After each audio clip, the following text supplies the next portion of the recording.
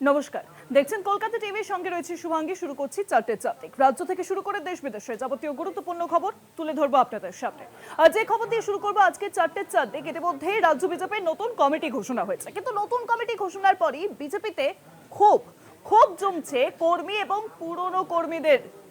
মনে করা হচ্ছে যে যোগ্যতায় মিঠুন চক্রবর্তী, সঞ্জয় বর্মন কিভাবে সম্পাদক হচ্ছে, কেন বাদ রাজকমল পাঠক, দুধকুমার মণ্ডল, কেন কমিটিতে নেই সায়ন্তন বসু, রিতেশ তিওয়ারি? 3 বছর দলের কোনো কাজ করেনি তনুজা চক্রবর্তী, তারপরও কিভাবে সহসভাপতি হলেন? তরুণ নেতাদের মধ্যে সজল ঘোষ, শঙ্কুতে পণ্ডা, তরুণ জ্যোতি তিওয়ারি কোথায়?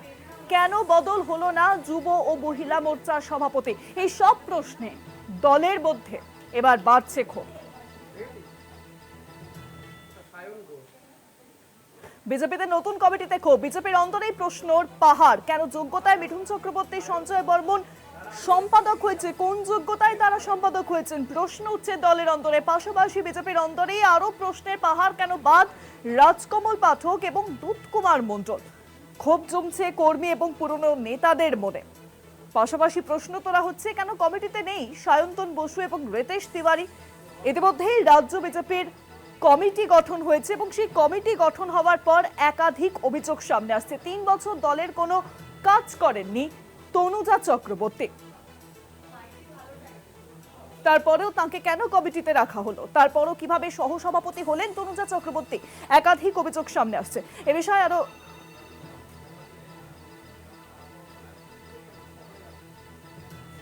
আরো বিস্তারিত আলোচনা করব। এখন নিউজরুম থেকে সঙ্গে রয়েছেন আমাদের বিশেষ প্রতিনিধি অঞ্জন রায়।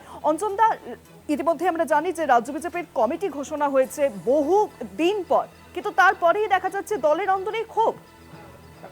প্রায় 6 মাস পর নতুন সভাপতি হওয়ার পর 6 মাস পর বিজেপির নতুন কমিটি ঘোষণা হয়েছে। বিজেপির সভাপতি কেন্দ্রিক দল, ফলে সভাপতি আসলে তিনি তার বাহিনী ঠিক করে নেন, কাকে কাকে দিয়ে কি কাজ হবে, কোন বাহিনী তার কথা মতন চলবে, সেইভাবে নিজে প্রস্তুত করে নেন। কিন্তু শ্রমিক ভট্টাচার্য দায়িত্ব নেওয়ার পর 6 মাস লাগলো এই বাহিনীকে তৈরি করতে। বাহিনী তৈরি করেছেন, পুরনো নতুনদের মেলানোর চেষ্টা করেছেন, কিন্তু অদ্ভুত এক ধরনের জোড়াতাপ্পির কমিটি হয়েছে বিজেপির অন্দরের, হচ্ছে সেটাই খবর। বহু প্রশ্ন উঠছে, হঠাৎ কেন মিঠুন চক্রবর্তীর আপ্তসহায়ক সম্পাদক হয়ে গেলেন? তিনি বিজেপির কে, কী কাজ করেছেন, তাকে কোথায় দেখা গেছে, কোন নেতৃত্ব তিনি দিয়েছেন? অথচ নেতৃত্ব যারা দিয়েছেন বহুদিন ধরে সায়ন্তন বোস বা রিতেশ তেওয়ারি, যে তিনি রিতেশ তেওয়ারির বিরুদ্ধে সাসপেনশন নোটিশ ছিল, সেই নোটিশ উইথড্র করে তাকে নিয়ে আসা হলো, তাদের কমিটিতে কোনো যোগ্য জায়গা হলো না। প্রশ্ন উঠেছে যে কেন 3 বছর ধরে যিনি মহিলা মোর্চার আগে সভাপতি ছিলেন, 3 বছর ধরে তিনি মহিলা মোর্চার সভাপতি, কার্যত কোনো তাকে দেখা যায়নি। তিনি সভাপতির পদ থেকে সরে যাওয়ার পর বিজেপির কোনো কর্মসূচিতে তাকে দেখা যায়নি। তিনি কি করে সহসভাপতি হলেন? প্রশ্ন উঠছে সজল ঘোষ, শঙ্কুদেব পাণ্ডা, তরুণ জ্যোতি তিওয়ারি, যারা এই মুহূর্তে বিজেপির বিভিন্ন জায়গায় মুখ হয়ে উঠছে ক্রমশ। সেকেন্ড জেনারেশন বলা যেতে পারে, লাইন আপে বলা যেতে পারে। তারা কোথায়? তারা কেন কমিটির যোগ্য নেতৃত্বে ফিরে আসলেন না? প্রশ্ন উঠছে কেন মহিলা মোর্চা, যুব মোর্চার কমিটির সভাপতিদের নাম বদল হলো না? কমিটি হয়ে যাবার পর 2-3 দিন কাটতে কিন্তু এই প্রশ্নগুলো আসছে। প্রশ্ন আসছে দুধকুমার মণ্ডল, তারপরে আপনার বলা যেতে পারে এরকম প্রবীণ যারা রয়েছেন, তারা কোথায়? তারা কেন কমিটির যোগ্য নেতৃত্ব দিতে পারলেন না? রাজকমল পাঠক, প্রশ্ন আসছে কেন তিনি নেই? তিনি বহুদিনের আরএসএস করা কর্মী একজন, কোথায় তিনি? তাকে তো খুঁজেই পাওয়া যাচ্ছে না। ফলে এই ধরনের ক্ষোভ বিক্ষোভ কিন্তু ইতিমধ্যে শুরু করেছে। যে প্রলেপ দেওয়ার চেষ্টা করেছিলেন শ্রমিক ভট্টাচার্য বা কেন্দ্রীয় নেতৃত্ব, সেই প্রলেপের থেকে কিন্তু ধীরে ধীরে ক্ষোভটা বাড়ছে। যে এই 6 মাস কি আমরা অপেক্ষা করেছিলাম এই জন্য যে এই রকম কমিটি তৈরি হবে, যে কমিটির মধ্যে এই প্রশ্নগুলো এসে যাবে, এরা ব্যক্তিগত সম্পর্কে পদ পেয়ে যাবে? প্রশ্ন উঠছে যে কেন এদেরকে নেওয়া হয়েছে দলে, ফলে এই সবটা মিলিয়ে নির্বাচনের আগে কিন্তু একটা চাপ সৃষ্টি হয়ে গেল রাজ্য বিজেপির রাজ্য নেতৃত্ব, অবশ্যই কেন্দ্রীয় নেতৃত্বের ওপর। এবারের কমিটিতে কেন্দ্রীয় নেতৃত্বর প্রচণ্ড ইনভলভ ছিল এবং যেহেতু সামনের দোরগোড়া ইলেকশন, ফলে তারা একটা বড় ভূমিকা পালন করেছেন।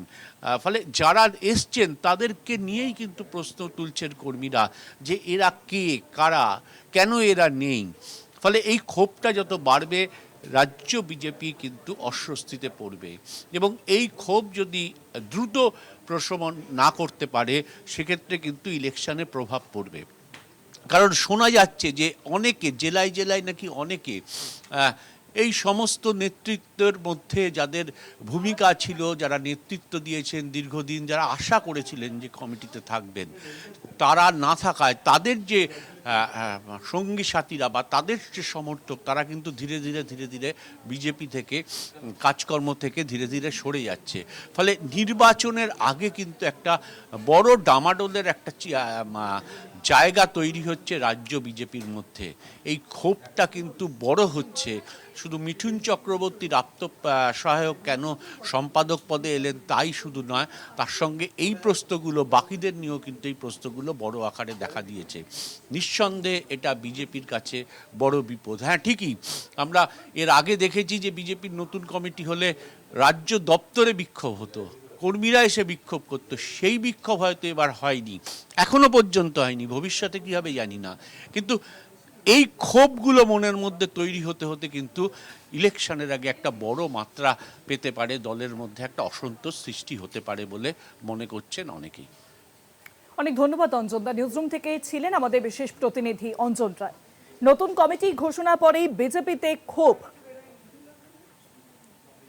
জমছে কর্মী এবং পুরনো নেতাদের মনে। কোন যোগ্যতায় মিঠুন চক্রবর্তী, সঞ্জয় বর্মন সম্পাদক হলেন? কেন বাদ রাজকমল পাঠক এবং দুধকুমার মণ্ডল? কেন কমিটিতে নেই সায়ন্তন বসু, রিতেশ তিওয়ারি? 3 বছর দলের কোনো কাজ করেননি তনুজা চক্রবর্তী, তারপরও কিভাবে সহসভাপতি হলেন তিনি? তরুণ নেতাদের মধ্যে সজল ঘোষ, শঙ্কুদেব পণ্ডা, তরুণ জ্যোতি তিওয়ারি, তারা কোথায়? কেন বাদ হলো না যুব ও মহিলা মোর্চার সভাপতি? এই সব প্রশ্নে দলে বাড়ছে ইতিমধ্যে ক্ষোভ। জেলায় জেলায় সেই ক্ষোভ কিন্তু ইতিমধ্যেই আছড়ে পড়ছে।